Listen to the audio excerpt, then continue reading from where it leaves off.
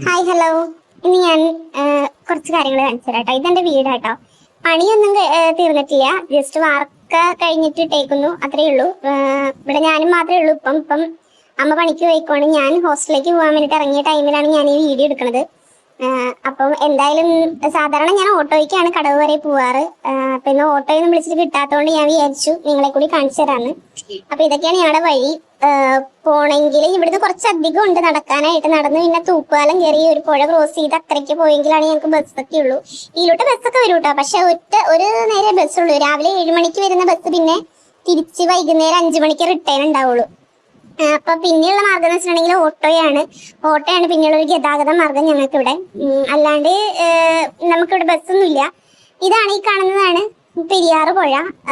ഇപ്പൊ എന്റെ വീടിന്റെ ഫ്രണ്ടിൽ കൂടി ഒഴുകുന്ന പുഴ കേട്ടത് പെരിയാറ് പുഴയാണിത്. പിന്നെ തോണി ഉണ്ട് കേട്ടോ. തോണി കൂടെ നമുക്ക് അക്കരയ്ക്ക് പോകാൻ വെള്ളം ഉണ്ടെങ്കിൽ ഇവിടെ കൂടുതൽ ആൾക്കാർ വെള്ളമൊക്കെ ഒരുവിധം ആൾക്കാർക്കും വെള്ളമൊക്കെ ഉണ്ട് കേട്ടോ.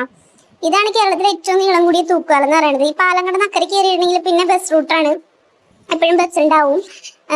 ഈ പാലം കുറെ സിനിമ ഷൂട്ടിങ്സ് ഉണ്ടായിരുന്നു, കുറെ സീരിയൽ ഷൂട്ടിംഗ് ഒക്കെ നടന്ന ഒരു തൂക്കുപാലാണിത്. ഇവിടെ ഒരു വൈകുന്നേര ടൈമിലൊക്കെ വന്നിട്ടുണ്ടെങ്കിൽ ഒരു 4, 4:30, 5 മണി, 6 മണി ടൈമിലൊക്കെ വന്നിട്ടുണ്ടെങ്കിൽ നല്ല അടിപൊളി വ്യൂ ആയിരിക്കും. അടിപൊളി കാറ്റും നമുക്കൊരു കുളിർമയുണ്ടെന്ന് മനസ്സിനൊരു സമാധാനം ഉണ്ടാവും വന്ന് വന്നിട്ടുണ്ടെങ്കിൽ. അതേപോലത്തെ ഒരു ക്ലൈമറ്റ് ഒക്കെ ആയിരിക്കും കേട്ടോ. നല്ല കാറ്റൊക്കെ ഉണ്ടാവും, നല്ല രസമാണ്. സാധാരണ ഇവിടെ ഈ ടൈമിലൊക്കെ നല്ല ടൂറിസ്റ്റുകാർ ഉണ്ടാവേണ്ടതാണ്. എനിക്ക് തോന്നുന്നു വർക്കിംഗ് ഡേ ആയതുകൊണ്ടാണ് തോന്നുന്നു ഇന്ന് അധികം ആൾക്കാരില്ലാത്തത്. തന്നെയുമല്ല ഇപ്പൊ വെക്കേഷൻ ടൈം അല്ലേ, എല്ലാവരും വരേണ്ടതാണ്. എന്താണെന്നറിയില്ല, സാധാരണ ഞാൻ ഈ പാലത്തെ കൂടി പോകുമ്പോഴത്തേക്കും മീലോടെ സൂചി ഇടാൻ സ്ഥലം ഉണ്ടാവില്ല. പിന്നെ ഈ പാലം എഴുതി വെച്ചിട്ടുണ്ട് അവിടെ, നമ്മൾ കയറുമ്പോൾ എഴുതി വെച്ചിട്ടുണ്ടല്ലോ അറ്റ് എ ടൈം ഒരു 25 പേരിൽ കൂടുതൽ പാലത്തേക്ക് കയറുന്നുണ്ട്. പക്ഷെ വരുന്ന ആൾക്കാരൊന്നും അത് ശ്രദ്ധിക്കാറില്ല, എല്ലാവരും കയറലുണ്ട്. നേരത്തെ ഇവിടെ ടോയ്ലറ്റും കാര്യങ്ങളൊന്നും ഉണ്ടായിരുന്നില്ല. ഇപ്പൊ അവിടെ പുതിയതായിട്ട് ഇപ്പൊ ടൂറിസ്റ്റുകാരൊക്കെ വരുന്നത് കൊണ്ട് തന്നെ പുതിയതായിട്ട് ടോയ്ലറ്റും കാര്യങ്ങളൊക്കെ തുടങ്ങിയിട്ടുണ്ട്. നമുക്കിവിടെ വന്നു കഴിഞ്ഞാലും ചായ കുടിക്കാനും പിന്നെ ഒന്ന് വിശ്രമിക്കാനും എല്ലാം നല്ല സൗകര്യങ്ങളൊക്കെ ഉണ്ട്. ചായക്കടയുണ്ട്, കൂൾ ഡ്രിങ്ക്സ്, സംഭാരം. ഞാനിപ്പോ തന്നെ ഒരു ചായ കുടിക്കാനായിട്ട് കയറിയേക്കുന്നതാണ്, പഴംപൊരി കഴിച്ച്.